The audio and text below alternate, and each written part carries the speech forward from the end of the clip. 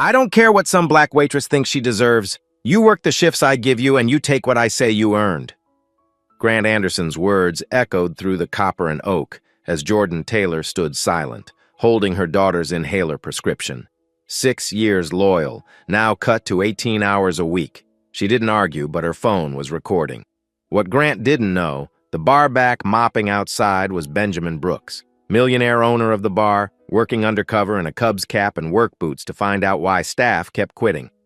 3 nights later at 2 a.m., Benjamin stood 25 feet away when the black waitress whispered to a coworker, $1,840 stolen from my tips. I have receipts, 6 recordings. Someone will listen eventually. Benjamin's mop clattered to the floor. His chest locked. He couldn't breathe. Because what this black waitress whispered, thinking no one important could hear, was about to destroy his general manager and expose a theft operation he never knew existed. Benjamin Brooks leaned back in his leather office chair, scanning the quarterly report on his laptop. Green numbers, profit margins climbing, revenue up 40% since Grant Anderson took over as general manager 18 months ago. His phone buzzed. Another email notification. Subject, resignation. Effective immediately. The 4th one this month. Benjamin opened it. Kendra Phillips, bartender, 3 years with the Copper and Oak. No explanation, just 2 weeks' notice and a polite thank you. He pulled up his employee roster. In the past 6 months, he'd lost 12 staff members. Most had been with him for years. The turnover rate didn't match the success story Grant painted in their weekly calls. Benjamin clicked open a photo from opening night, 8 years ago. There he was, younger, happier, standing behind the bar with his father's copper tip jar held high. His dad's restaurant had failed 20 years earlier because a manager stole, and his father never noticed until it was too late. Benjamin had promised himself the Copper and Oak would be different. A place where staff stayed for years, where loyalty mattered. His phone rang. Grant. Benjamin, just wrapped another killer weekend. You seeing these numbers? I'm seeing them, Benjamin said slowly. I'm also seeing resignations. Grant laughed. That's the industry, boss. We're leaner now, more efficient. The weak ones leave, the strong ones stay. That's how you make money. Benjamin felt something cold settle in his stomach. The weak ones? You know what I mean? Look, revenue's up 40%. That's what matters, right? Trust me. The numbers don't lie. After the call ended, Benjamin sat in silence. His father's voice echoed in his memory. Son, you can't run a bar from a spreadsheet. You gotta pay attention to the people. He hadn't been to the Copper and Oak in person for 3 months. Benjamin opened Glassdoor on his phone, searched for his bar. One review, posted 2 weeks ago, made him freeze. Management plays favorites. If you're not in the inner circle, good luck getting decent shifts or fair treatment. Owner doesn't care. He's never around. He clicked through his email archive, found a voicemail transcript from Richard Hayes, his original GM choice, who'd quit abruptly 18 months ago, right after recommending Grant. Benjamin had never returned Richard's call. He played the voicemail now. Benjamin, we need to talk about Grant. I can't do what he's asking. Call me back, please. The timestamp, 18 months ago, the day before Richard resigned. Benjamin pulled up Grant's latest staff report. One name caught his eye. Jordan Taylor, server. Hours reduced to 18-week due to performance issues. Performance issues? Benjamin remembered Jordan. She'd been recommended for assistant manager by Richard 3 years ago. Perfect attendance. Customer commendations. She'd been one of his original staff members. He looked at the copper tip jar in the photo from opening night. He'd given jars like that to his first team, custom engraved, a gift. Copper doesn't tarnish if you care for it, he'd told them. The jar in the photo gleamed. Benjamin checked the current photo Grant had sent last week from the bar. The same jar sat on the counter, but something about it looked wrong. Too clean, too empty. He made a decision. 20 minutes later, Benjamin sat in his car outside the Copper and Oak. Friday night, 9 p.m. The place was packed. Through the window, he watched Grant work the room. Confident, charming, slapping backs, shaking hands with regulars. Then Benjamin saw her. Jordan Taylor carried a tray with 8 drinks balanced perfectly. She moved with practiced grace, smiling at customers who called her by name. A middle-aged couple at table 7 flagged her down. The man pointed to his wife, said something. Jordan's face lit up, genuine warmth. She nodded, disappeared into the kitchen, returned with a slice of cheesecake and a single candle. The couple applauded. The man pulled out his wallet, placed 2 20s on the table, pointed directly at Jordan. Benjamin was close enough to read his lips. "This is for you, honey. You made our anniversary special." Jordan thanked them, collected the bills, walked to the bar. She placed both 20s in the copper tip jar. Benjamin watched, waited. At 11 p.m., Grant approached the jar. Grant counted the money in the copper jar. A white male bartender, Tyler, stood beside him. They sorted bills into 2 piles. Grant took the larger pile, put it in a cloth pool bag. He handed Tyler an envelope from his pocket. The other bartender, a younger white woman Benjamin didn't recognize, also received an envelope. Then Grant made an announcement. The kitchen had closed. Staff were gathering tips. "Great work tonight, team," Grant's voice carried across the bar. "Pool tips will be ready Monday as always." 3 servers, all black women including Jordan, stood together near the kitchen door. They didn't receive envelopes. One of them, a younger woman with braids, asked, "What about tonight's share?" Grant smiled. "Pool gets distributed Monday after I reconcile the week. You know that, Shanice. But Tyler and Brittany just got performance bonuses," Grant said smoothly. "Different system. Don't worry. You'll get your share Monday." Shanice and Jordan exchanged a look but said nothing. Shift change happened at 11:30. Benjamin watched from his car as staff filtered out. Jordan walked to the parking lot alone.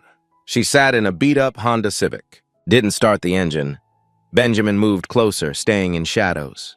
Through the window, he saw Jordan pull out a small notebook. She flipped through pages filled with handwriting. Then she made a phone call. Even from 15 feet away, Benjamin could see her face crumple. She wiped her eyes. Her lips moved. He caught fragments through the cracked window. "I know, baby. Mama's trying. The medicine costs more this month, but I'll figure it out." The call ended. Jordan leaned back, closed her eyes, took 3 deep breaths. Another server, Shanice, appeared, tapped on the window. Jordan rolled it down. They talked quietly. Benjamin was too far to hear clearly, but he watched Jordan lean in close, glance around nervously, then whisper something directly into Shanice's ear. Shanice's eyes went wide. "How much?" Shanice's voice rose slightly. Benjamin caught those 2 words. Jordan pulled out her notebook, showed Shanice a page. Shanice's hand flew to her mouth. "Oh my God, Jordan, you've been—" Jordan whispered again, urgently. Benjamin strained to hear but caught nothing. He saw Jordan's expression, though, serious, determined, almost strategic. "What are you going to do?" Shanice asked. Jordan's response was barely audible. Benjamin caught fragments. "Waiting, right person, listen." They embraced. Shanice left. Jordan sat alone in her car. Then she did something that made Benjamin's chest tighten. She pulled coins from her apron pocket. Quarters, dimes, nickels. She counted them into piles on her dashboard, one by one, slowly, methodically. Benjamin counted with her. 37 coins, maybe $8 total. Jordan pulled out a small Ziploc bag from her glove compartment. Inside, more coins, neatly organized. She added tonight's count, wrote something in her notebook. Then she drove away. Benjamin sat in his car, hands gripping the steering wheel. The couple at table 7 had left Jordan $40, specifically for her. He'd watched the man point, emphasize, "for you." She'd put it in the pool jar as required. She'd left with $8 in coins. Benjamin pulled out his phone, opened his banking app, logged into the Copper & Oaks business account, pulled up tonight's tip report. Grant had already uploaded it. Total tips collected: $340 house operational fee, $50 breakage deductions, $45 pool distribution Monday, $245 house operational fee. Benjamin had never authorized that. Breakage deductions? From what? He scrolled further, found the pool distribution spreadsheet Grant maintained. Black servers, Jordan, Shanice, Nicole. 40% of pool after fees equals $32 each. White servers, Tyler, Brittany, Emma. Performance bonuses plus 60% of pool equals $36 each.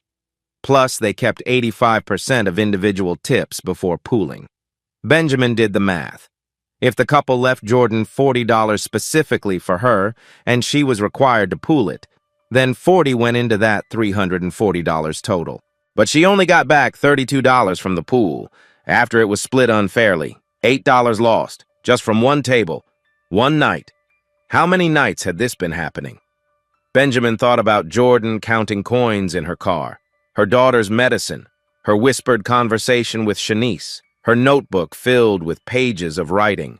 Something was happening in his bar, something systematic, something wrong. He watched Jordan's taillights disappear down the street. He needed to know what she'd whispered to Shanice. He needed to hear it. That meant getting close, much closer. Benjamin didn't go home. He drove back to his office.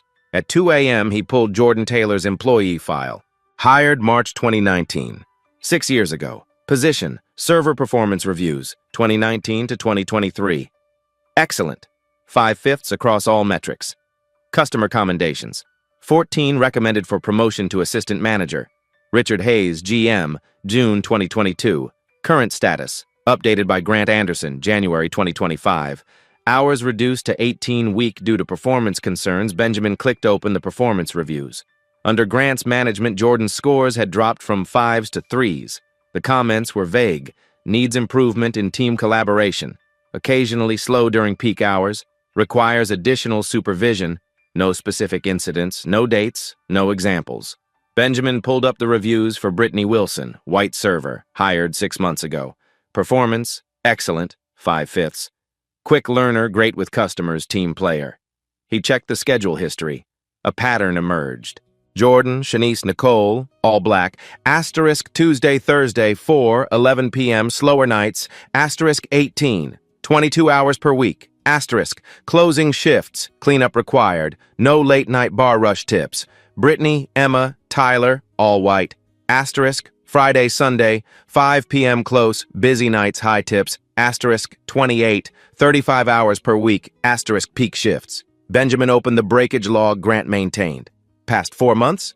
Asterisk, Jordan Taylor, 6 charges, $90 total. Asterisk, Shanice Johnson, 4 charges, $60 total. Asterisk, Nicole Davis, 3 charges, $45 total. Asterisk, white servers, 0 charges.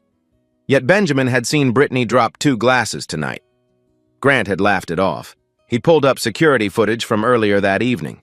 Watched Shanice slip carrying a tray. 1 glass shattered. Grant immediately appeared, notepad out. That's 15 from your tips. Later footage showed Brittany breaking a glass behind the bar. Grant was standing right there. He smiled, grabbed a broom. Happens to everyone. No charge. Benjamin's phone buzzed. A text from his lawyer, Patricia Coleman. They'd worked together for years. He called her. It's 3 a.m., Benjamin. I need you. Emergency. Can you meet me at Garcia's Diner at 6? Silence. Then, this better be good. It's not good. It's illegal. I think my GM has been running a discriminatory theft operation for 18 months and I just figured it out tonight. I'll be there at 6. Benjamin hung up, stared at his computer screen. He thought about Jordan whispering to Shanice in the parking lot.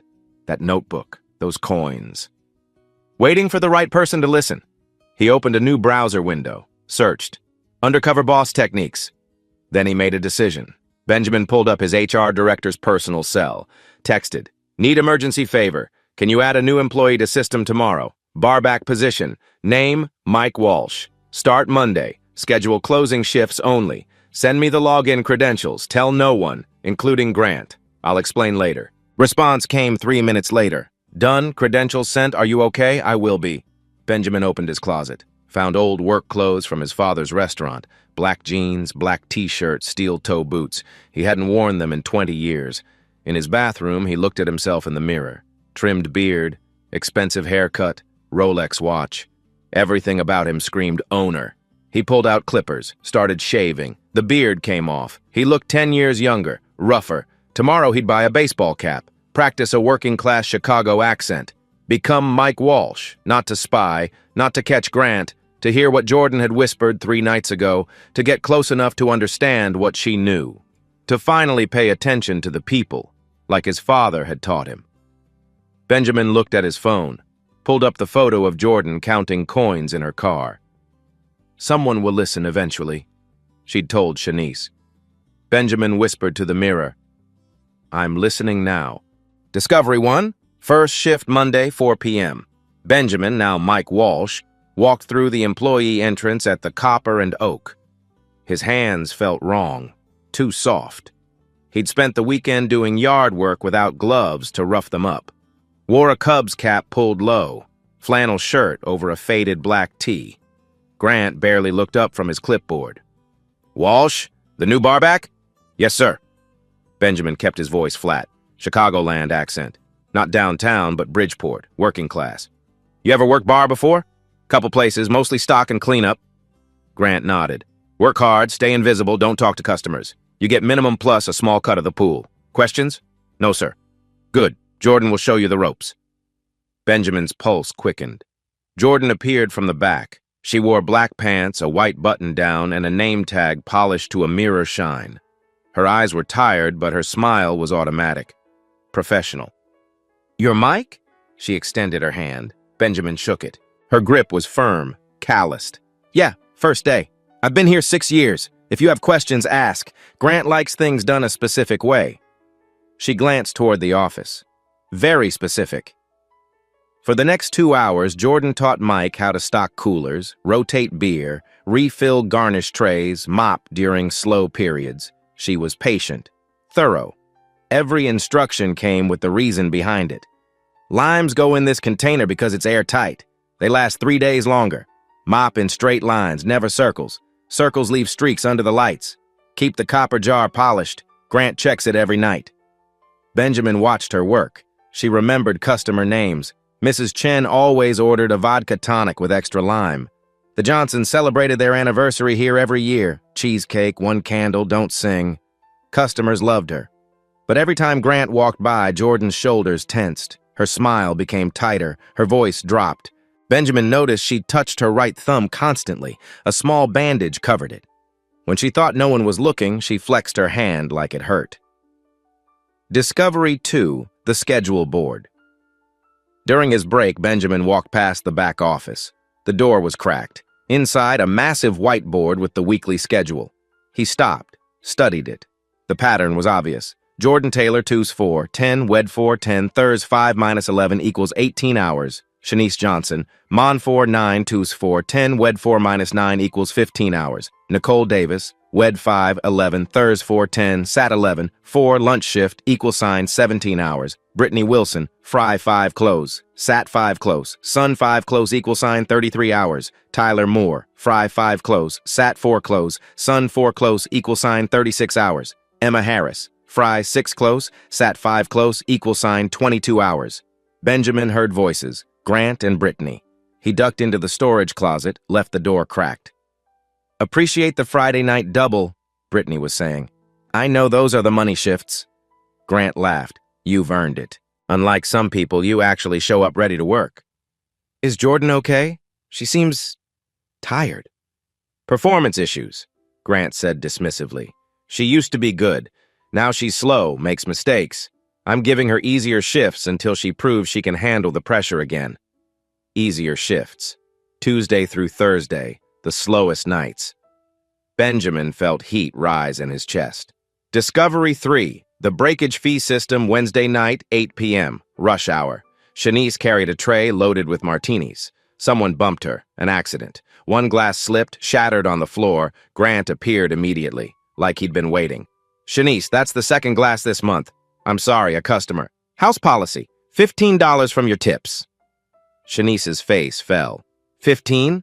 For 1 glass? You break it, you buy it." Grant pulled out his phone, made a note. "I'll deduct it Monday." Shanice cleaned up the glass, said nothing.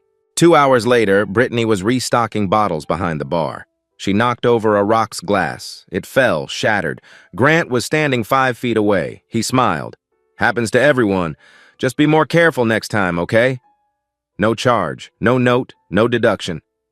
Benjamin mopped nearby, jaw clenched. He pulled out his own phone, pretending to check the time. Snapped a photo of Grant's breakage log hanging inside the office door. Later, he'd zoom in. Jordan Taylor, 6 incidents, $90. Shanice Johnson, 4 incidents, $60. Nicole Davis, 3 incidents, $45. White servers, 0 incidents, $0. Discovery 4, tip pool distribution Thursday, 11 p.m., end of shift. Benjamin had worked closing all week. Watched the pattern repeat. Grant counted the copper jar. Tonight, $340. He announced, "Great work, team. Pool tips will be ready Monday." But Tyler and Brittany received envelopes now. Cash. Benjamin swept near the office, listened. Grant's voice low to Tyler. "Your Friday night performance bonus, $400. While Jordan, Shanice, and Nicole would split maybe $90 from the pool. Benjamin remembered Jordan putting the couple's $40 tip in that jar. She'd never see most of it again. Discovery 5. Jordan's Notebook. Friday, 9 p.m., break time. Benjamin sat in the back alley. Jordan came out 2 minutes later, phone pressed to her ear. "I know, Mrs. Rodriguez. The payment is late. Can I bring it Friday? Maya needs her inhaler refilled, and I had to choose a—" She hung up, pulled out a small spiral notebook, the same one from the parking lot. Benjamin pretended to scroll on his phone. Jordan wrote, Friday, 11/14. Tips earned $85. Estimate from tables. Received, $32. Difference, $53. Below it, Benjamin saw entries going back months. Each one, date, estimated earnings, actual received, difference. At the bottom of the page, total estimated missing, $1,840. You keep good records. Jordan, startled, looked up, saw Mike. She closed the notebook quickly, defensive. My daughter's prescriptions depend on these tips. I count every dollar. Makes sense. Benjamin kept his voice neutral, curious but not pushy. Jordan studied him. You seem different from most barbacks. How so? You actually work, you pay attention. Most guys your age just want to hit on the servers and coast. Benjamin almost smiled. I'm 48, not exactly young. Could have fooled me. Jordan stood, pocketed the notebook. Break's over. She left before he could ask more. But Benjamin had seen enough. Jordan wasn't just suffering. She was documenting, building something. Discovery 6. The Office Secret. Late Friday night, almost midnight. Benjamin took trash to the dumpster. He circled back. Grant's office door was cracked. Light on, voice inside. Benjamin moved closer, pressed against the wall. Grant on the phone. Yeah, same system as Florida. Pool the tips, skim 30% before distribution. File it as operational costs. The owner's never here. He doesn't know the difference.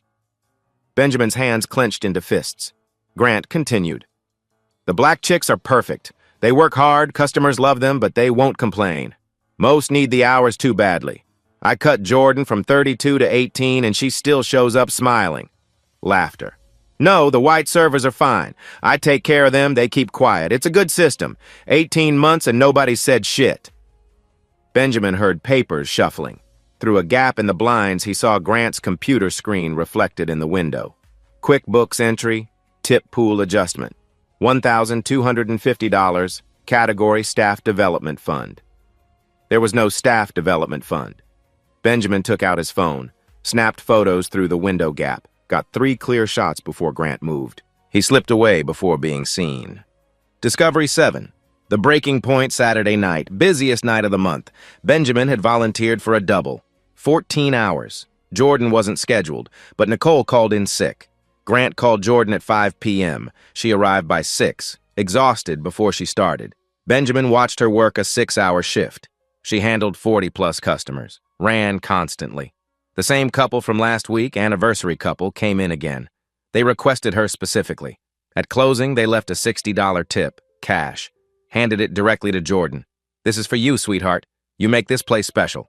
Jordan thanked them, walked to the bar, put the 60 in the copper jar. Protocol. At 2 a.m., Grant counted tips. $580 tonight. Great job, everyone. He distributed. Jordan got $38 from the pool. She'd worked 6 hours. Should have made at least $180. She said nothing. Took her 38. Left quietly. Benjamin wanted to scream. Discovery. 8. The Whisper. Can't breathe. Moment Tuesday, 2 a.m. Closing shift. Staff mostly gone. Benjamin mopped the back area near storage. Jordan counted the register at the bar 30 feet away. Shanice finished her closing duties, approached Jordan, glanced around, didn't see Mike partially hidden behind shelving. Jordan, you okay? You've barely said anything all week. Are you giving up? Jordan set down the money, looked at Shanice, leaned in close. Her voice dropped to a whisper. Benjamin was 25 feet away, close enough. I'm not giving up. I take the closing shifts nobody wants because Maya needs her inhaler, but they keep cutting my hours anyway. I counted, Shanice, $1,840 missing from my tips in 4 months. I have the receipts, all of them, customer names, dates, amounts, everything. Shanice's eyes widened. Jordan! And I've been recording Grant on my phone, audio of him admitting the skim, talking about how we won't complain because we need the hours too badly. I have him on tape, Shanice, 6 recordings. Benjamin froze. The mop handle slipped in his grip. Oh my God, Shanice whispered. Why haven't you? Because I need this to be perfect. I'm waiting for the right moment. Someone will listen eventually. Someone will care. The words hit Benjamin like a physical blow. His chest tightened. He tried to inhale, couldn't. His breath stopped completely. Hands gripped the mop so hard his knuckles went white. The room tilted. His vision narrowed. All he could see was Jordan's profile. His heart hammered in his ears. He literally could not breathe. 5 seconds, 10 seconds. Finally a gasp. Quiet. He leaned against the wall. The realization cascaded. This woman had been waging a silent strategic war. She had $1,840 documented from her alone. She had recordings, evidence he hadn't even thought to gather. She'd been protecting this information, waiting, planning, all while working closing shifts to afford her daughter's medication, while he, the owner, was absent, trusting spreadsheets. She'd been fighting his battle, alone, because he wasn't there, and she still had hope.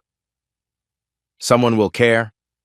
Benjamin's hands trembled on the mop. He had to turn away before they saw him, walked quickly to the bathroom, locked the door, braced his hands on the sink, looked at himself in the mirror, still couldn't fully breathe, chest tight with shame, anger, determination.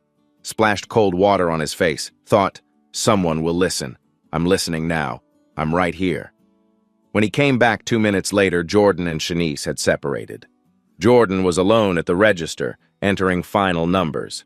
Efficient, dignified, exhausted. She didn't know he'd heard. She didn't know Mike the barback was Benjamin Brooks. She didn't know the person she'd been waiting for had been standing 25 feet away. Shanice approached him. Hey, we're all done. You can head out. Benjamin's voice came out rough. Yeah, long night. Shanice looked at him oddly. Did he look different? He left before anyone could question him. In his car, Benjamin sat for 30 minutes, replayed the whisper in his mind. $1,840, recordings, waiting for someone who will care. He pulled out his phone, texted his lawyer, need to meet, 6 a.m. tomorrow, I know everything now. Looked back at the bar, Jordan's car still in the lot, finishing closing duties. Benjamin whispered to himself, I'm sorry I made you wait, not anymore. Benjamin sat in his car at 3 a.m., hands still shaking from what he'd heard. He pulled out his phone, voice memo app, started recording. Jordan Taylor has been building a case against my general manager for 4 months. She has documentation, detailed records. And she has recordings of Grant admitting to theft. She's waiting for someone to listen. That someone is me. I heard her tonight. I can't breathe thinking about how long she's been waiting. He saved it. Called Patricia Coleman. She answered groggily. Benjamin, it's 3 in the morning. I need you, now. I just heard something that changes everything. Silence. Then, Garcia's Diner, 6 a.m. At 6 a.m., Benjamin sat across from Patricia in a booth. 2 coffees. He'd been awake for 27 hours. He told her everything. The tip pool discrimination, the breakage fraud, the hour cuts, the fake performance reviews. But here's what I didn't know until last night, Benjamin said, his voice raw. My waitress has been documenting everything. She has 4 months of detailed records. And she has audio recordings of Grant admitting to the theft. Patricia set down her coffee, alert now. She recorded him? Does she know Illinois is one-party consent? I don't think she cares about legality. She cares about her daughter's medicine. Patricia pulled out her legal pad, started writing. Then she's not just a witness, she's the plaintiff. This is her case as much as yours. Benjamin leaned back, the weight of it hitting him. I can't just swoop in and save her. She's been saving herself. I need to ask her permission to help. Exactly, Patricia said. You need her evidence and her cooperation. Otherwise, you're just another person taking control from her. They spent an hour building strategy. First, reveal Benjamin's identity to Jordan. Ask to partner with her. Second, Combine her evidence with what Benjamin could access from the business side. Third, formal confrontation, legal and direct. "This is Jordan's justice," Patricia said. "You're supporting her fight, not leading it." Benjamin nodded. "How bad is this legally?" Patricia flipped through her notes. "Wage theft, discrimination based on race, provable by the schedule patterns and differential treatment, fraud in the tip pooling system. Illinois law is clear. Tips belong to the workers who earn them. Managers can't be included in pools, and discriminatory distribution is a civil rights violation." "What's Grant looking at?" "Criminal charges if the DA wants it, civil suits, both individual and class action, restitution, fines, and he'll never work in hospitality again if I have anything to do with it." "Good." Saturday morning, Benjamin went to the Copper and Oak. Grant's day off. He used his owner access code, entered the office. Inside the locked drawer, Benjamin had the master key. He found Grant's personal ledger, a physical notebook where Grant tracked the actual theft. Page after page. Week 1, pool $1,200, skim $360, 30%, personal Venmo. Week 2, pool $980, skim $294, personal Venmo. Week 3, pool $1,450, skim $435, personal Venmo. Benjamin did the math. 18 months of 30% skims from a pool that should have been distributed to workers. Total, $18,350. He photographed every page, sent them to Patricia. Then he pulled up the QuickBooks entries. Staff Development Fund, the fake category Grant used. Benjamin exported 6 months of records, more photos. The Venmo account was in Grant's name. Sloppy, arrogant. Benjamin found one more thing. Grant's email to the previous GM, Richard Hayes. Subject, new tip structure. "Richard, moving forward, we'll implement the Florida system. 40% pool for underperformers, direct bonuses for high performers. I'll handle distribution. You just need to approve the reports. Let me know if you have concerns." Grant. Richard's response. "Grant, I can't approve this.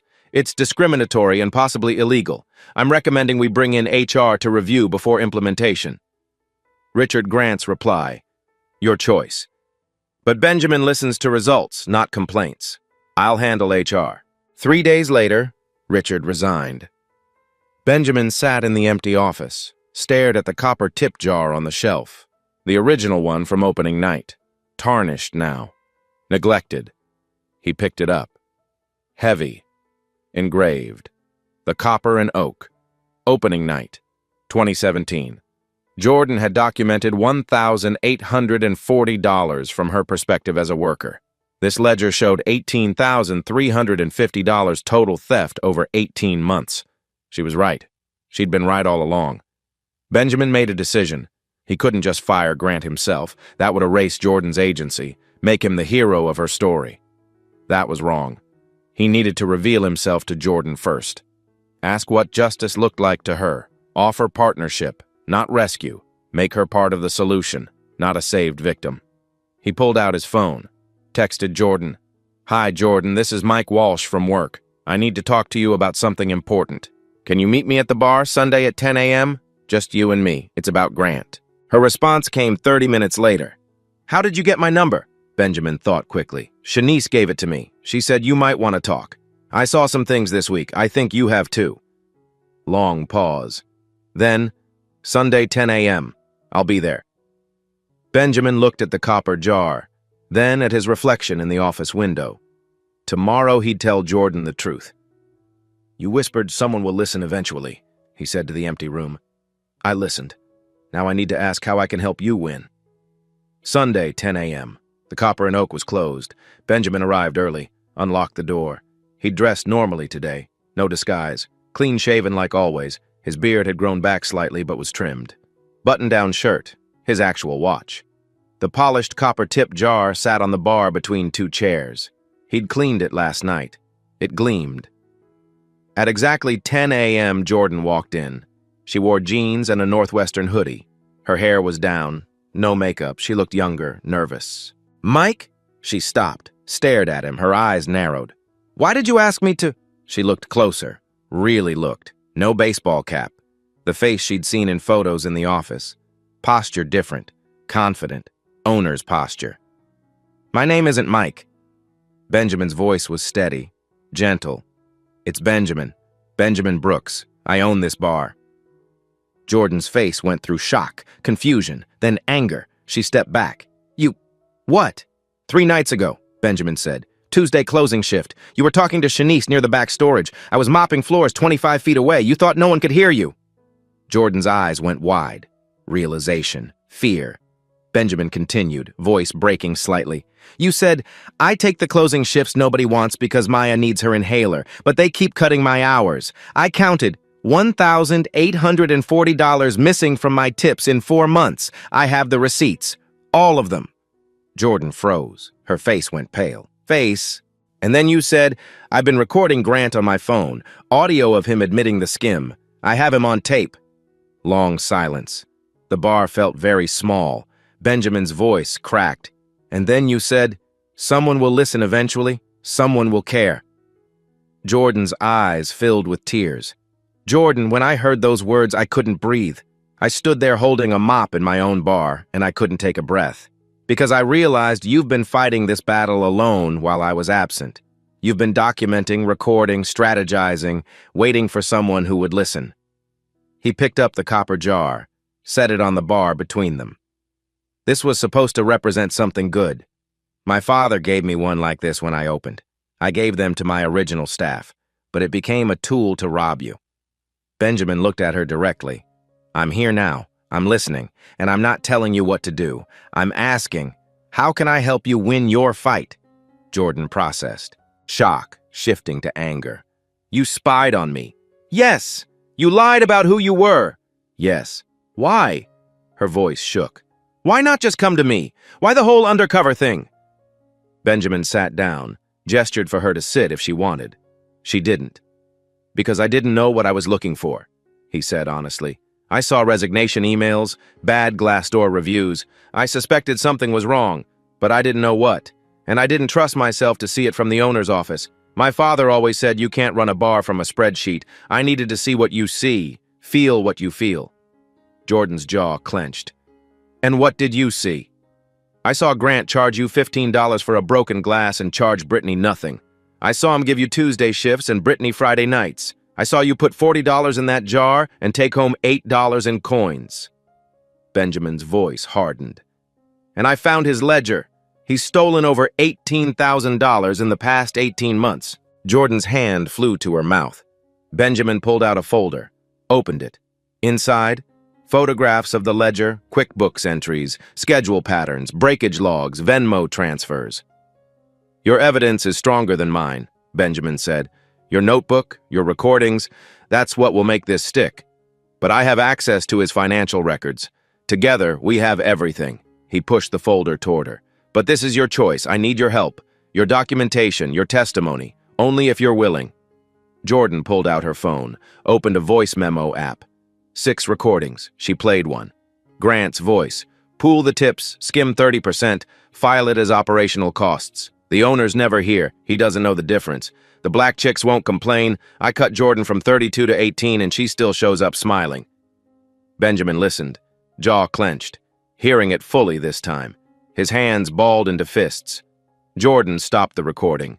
Why should I trust you? You own this place. You hired him. Where were you when this was happening? Benjamin met her eyes. I was absent. I was trusting numbers instead of people. I failed you. I can't undo that. His voice was raw. But I can make sure it never happens again if you'll help me build something better. You said you were waiting for someone who would care. I care. Not because I'm a good person. I'm not. I let this happen, but because you deserve justice. And I want to help you get it. Jordan stared at him. Long pause. What happens to Grant? Fired, prosecuted, banned from the industry if I have any say. Benjamin leaned forward.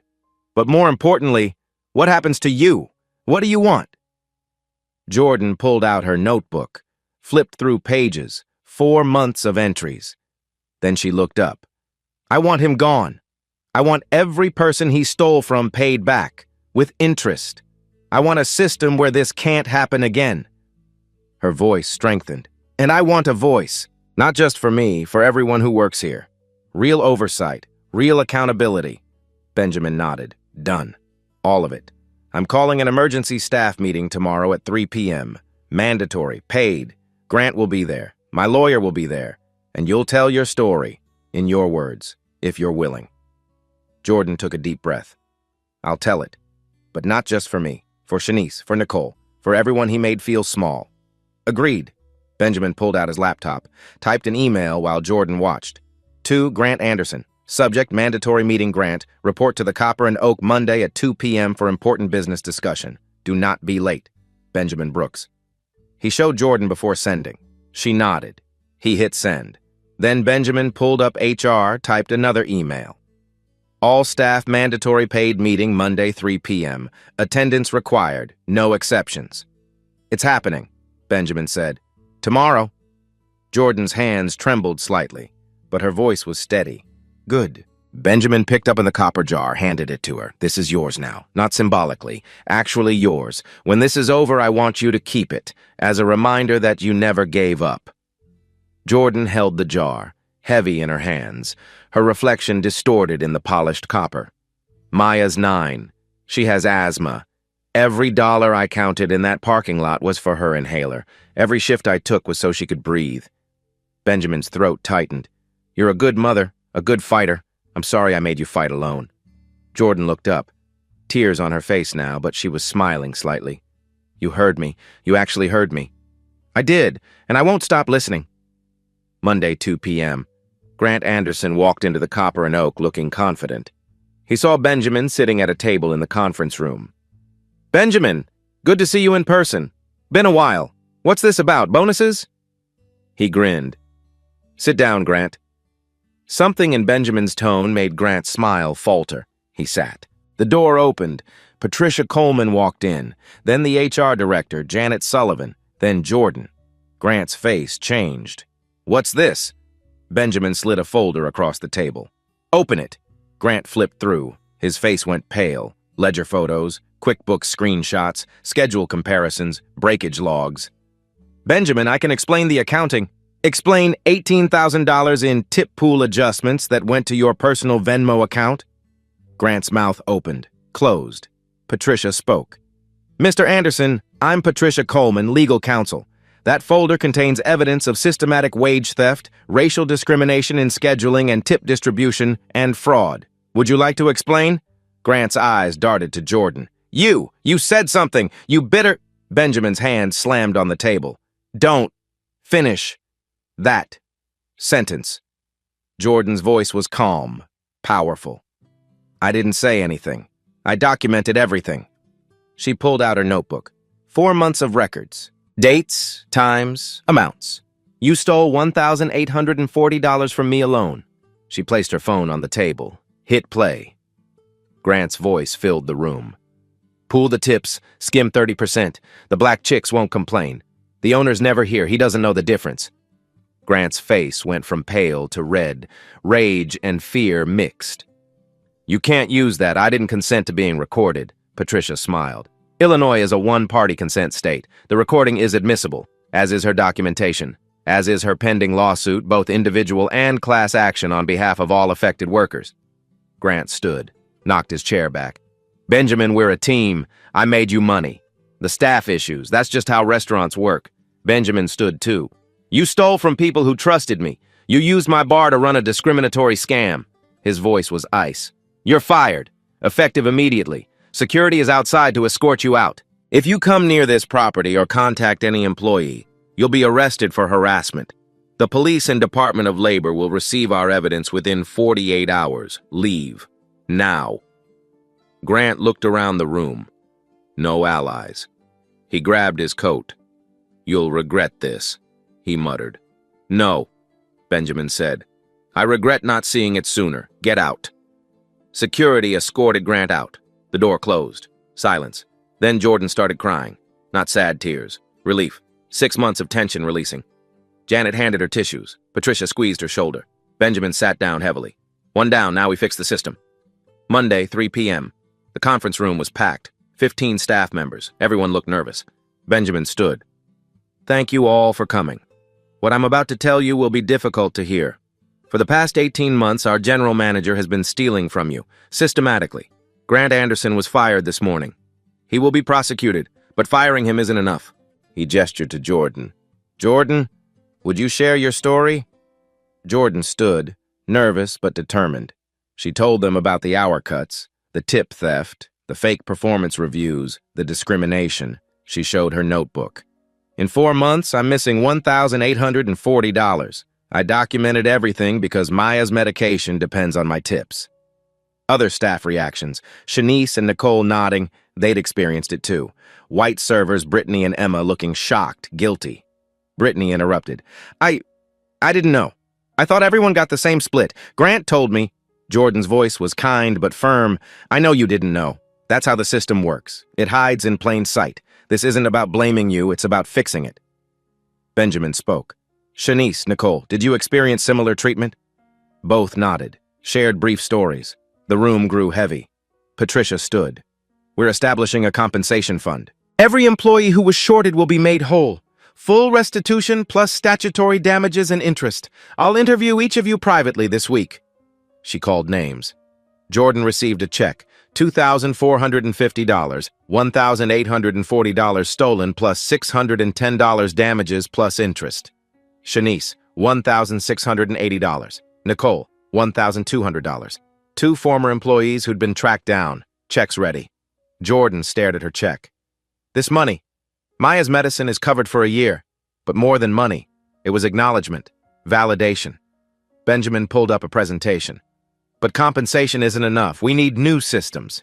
He unveiled the changes. 1. Tip structure. Asterisk. Individual tips kept 100% by server. No mandatory pooling. Asterisk. No house fees or operational costs from tips. Asterisk credit card tips processed within 24 hours. Asterisk transparent nightly counting. All servers present too. Scheduling. Asterisk. Fair rotation algorithm. Documented, transparent, asterisk. Seniority gets preference, but everyone gets high tip nights equally asterisk schedule posted 2 weeks in advance, in writing asterisk 40-hour minimum for full-time staff who want it 3. Accountability, asterisk monthly, anonymous staff surveys, asterisk worker oversight committee, 3 staff reps elected by peers, asterisk open books. Any employee can request tip records, schedules, reviews, asterisk 0 tolerance for discrimination. Third-party HR investigates all complaints. 4. Breakage, asterisk. Normal breakage is cost of business, not employee penalty, asterisk. No deductions from wages or tips, asterisk. Clear written policy on negligence, extremely rare. Staff listened, some crying with relief. Tyler, a white server, raised his hand. Why didn't we have this before? Benjamin's voice was honest.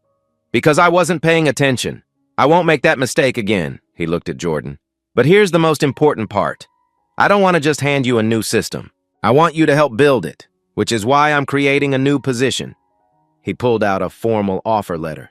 Jordan Taylor, you've worked here for 6 years. You know this bar better than I do. You fought for justice when it would have been easier to quit. You documented, you strategized, you waited for the right moment. That's leadership. He handed her the letter. I'm offering you the position of general manager, not interim, permanent, 40% raise, full benefits including health insurance for you and Maya, and equity, 5% ownership stake vesting over 3 years. The room went silent. Jordan's hands trembled. Benjamin, I don't have management experience. You have something better, integrity. You know what it's like to be on the receiving end of bad leadership. You'll never let that happen to someone else. Shanice stood up. Jordan should take it. She'd be amazing. Nicole, you've been managing us informally for years anyway. Brittany, I'd trust you way more than Grant. Jordan looked around, her co-workers' faces encouraging, supportive. She turned to Benjamin. I have conditions. Name them. 1. The Worker Oversight Committee reports directly to me and ownership. 2. Any manager who discriminates gets fired immediately. No second chances. 3. We establish a hardship fund. When employees have emergencies, they can access it. No manager approval needed, just proof of need. Benjamin didn't hesitate. Done, done, and done. I'll fund the hardship account with the money recovered from Grant, plus matching contributions. Anything else? Jordan's voice softened. Maya gets to visit sometimes. She needs to see that her mom's work matters. Benjamin smiled. She can visit any time, and she'll see her mom run this place. Jordan looked at the offer letter, at the check in her hand, at her co-workers. Okay, her voice stronger. Yes, I accept. The room erupted in applause. Benjamin pulled out the original copper tip jar, the one from opening night. He'd had it engraved, "To Jordan Taylor, for never giving up." He handed it to her. "This represents what we should have been all along, what we'll be now." Jordan held it, crying openly now, but smiling. She'd gone from victim to leader in one day, not because Benjamin saved her, because she'd saved herself, and he'd finally listened. 3 months later, Tuesday morning, 10 a.m. Jordan sat in her office, formerly Grant's, now completely transformed. The walls were painted soft blue, photos of staff covered one wall, Maya's drawing of a copper jar hung above her desk. Her daughter's inhaler prescription receipts were pinned to a board, a reminder of why she'd fought. But now they were paid in full, months in advance. Benjamin walked in with coffee. "How's the new system working?" Jordan looked up from her laptop, smiled. "Honestly, it's hard. Making fair schedules is like solving a puzzle. But nobody's complained about discrimination because I built the algorithm with staff input." She turned her screen. A detailed spreadsheet showed shift rotations. Every server got equal access to Friday, Saturday nights over a month. Preferences noted. Complete transparency. And the tips? Up 25% overall. Turns out when people keep what they earn, they work harder. She raised an eyebrow. "Imagine that." Benjamin laughed. "Imagine." Jordan's phone buzzed. She checked it. "Worker Oversight Committee meeting in 10 minutes. You want to sit in?" "Only if they want me there." "They do. You're part of the team now." Friday afternoon, 3 p.m. All staff gathered in the conference room. Patricia Coleman stood with a stack of checks. "The compensation fund is complete. Every affected employee receives full restitution." She called names. Jordan, $2,450. Shanice, $1,680. Nicole, $1,200. Former employees who'd quit. Checks mailed. Jordan held hers. "This isn't just money, it's acknowledgement. It's proof that speaking up mattered." Benjamin added, "This is what was always yours, what was stolen, and it will never happen again." Small moments over the next week showed cultural shift. Moment 1. Brittany asked Jordan to switch a Friday shift. Her son had a school play. Jordan checked the schedule, found Nicole willing to trade, made it happen. "Family first," Jordan said. "Always." Moment 2. Tyler accidentally broke 3 glasses during rush hour, panicked, waiting for punishment. Jordan walked over calmly. "It happens. Clean it up safely. That's all." Tyler almost cried with relief. Moment 3. New hire Carlos, 22, started as a busser. Shanice trained him. "At this bar, you speak up if something's wrong," Shanice told him. "The GM listens, I promise." Carlos looked skeptical. "Really?" "Really," Shanice said. "Trust me, things are different now." Moment 4. The Worker Oversight Committee met monthly. 3 elected reps, Shanice, Brittany, Tyler, reviewed anonymous survey results with Jordan. 1 complaint? A bartender being short-tempered with staff during rush hours. Jordan addressed it immediately, privately, constructively. The bartender apologized, adjusted behavior, problem solved, no fear, no retaliation, just honest communication. These moments weren't dramatic, they were quiet, human, real. The culture was healing. Saturday afternoon, 2 p.m., Maya visited the bar with Jordan. The 9-year-old wore her mom's old server apron, way too big, belted at the waist. She'd begged to see where Mama worked. Jordan showed her around. "This is where Mama works now." Maya saw the copper tip jar with Jordan's name engraved, touched it gently. "That's pretty." "It's a reminder," Jordan said, "that good things can come from hard times." Benjamin appeared from the kitchen, knelt to Maya's level. "Your mom is the bravest person I know. She made this place better." Maya looked up at him shyly. "Mama says you helped her." Benjamin shook his head gently. "We helped each other. That's how it's supposed to work." Staff waved at Maya as they prepped for evening service. She waved back, grinning. Jordan watched her daughter smile in her workplace, something she'd never imagined possible 6 months ago. Maya pointed to Jordan's office door, a new name placard, Jordan Taylor, General Manager. "That's you, Mama. That's me, baby." Maya hugged her mom's waist. "I'm proud of you." Jordan's eyes filled with tears. Happy ones. Benjamin quietly stepped away, giving them the moment. Later, as they left, Maya turned back. "Can I come visit again?" "Anytime you want," Jordan said. "This is our place now." Our place. Not Benjamin's alone, not management's. Theirs. A family business in the truest sense, built on dignity, fairness, and the courage to speak up when things went wrong. The copper jar gleamed on the bar, polished daily.